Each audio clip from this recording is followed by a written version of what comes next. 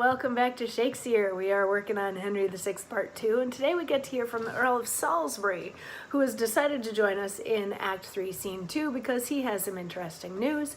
So just quick recap, at the very beginning of the scene, Gloucester was killed by by a couple murderers that Suffolk hired.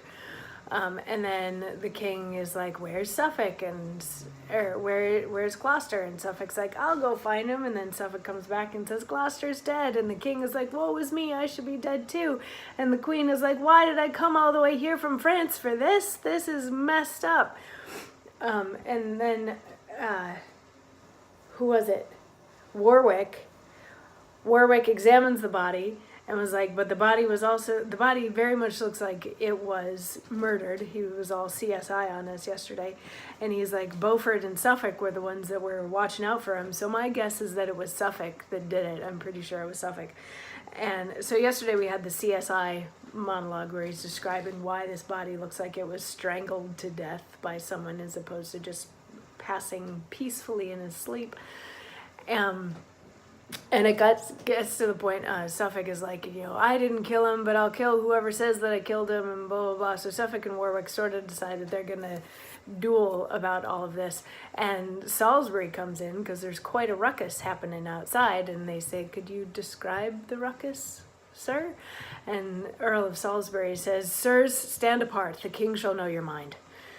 Dread lord, the commons send you word by me, unless Lord Suffolk straight be done to death, or banished fair England's territories, they will by violence tear him from your palace and torture him with grievous lingering death. They say by him the good Duke Humphrey died.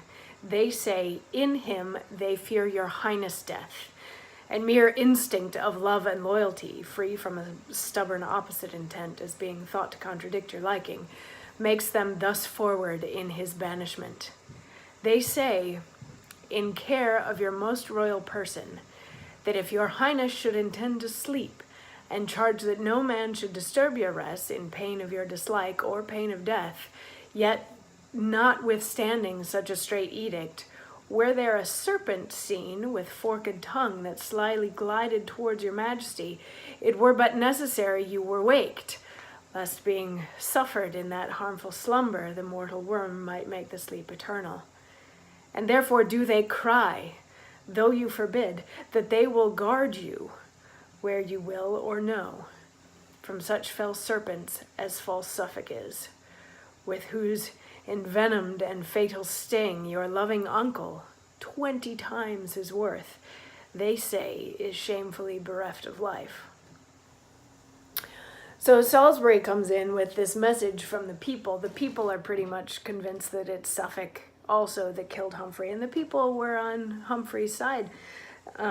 So the people are like, we gotta protect the king against Suffolk, like no matter what, and even if he told us not to help him no matter what, we're gonna try to help him no matter what, because he's about to be killed by Suffolk. And obviously Suffolk says no, and obviously the queen is like, it can't be him, but the king, in his current state of mind, is like, you know what, yep, let's banish Suffolk. He has 3 days to get out of Dodge or he's dead. And the queen is like, no, this is terrible. And tomorrow we get to hear what Suffolk has to say about the whole banishment idea. Because yay, banishment, the other fun Shakespearean go-to. If they're not going to get dead, they're going to get banished. Banished. Which will get really fun in Richard II. Anyway, I'll see you tomorrow for more.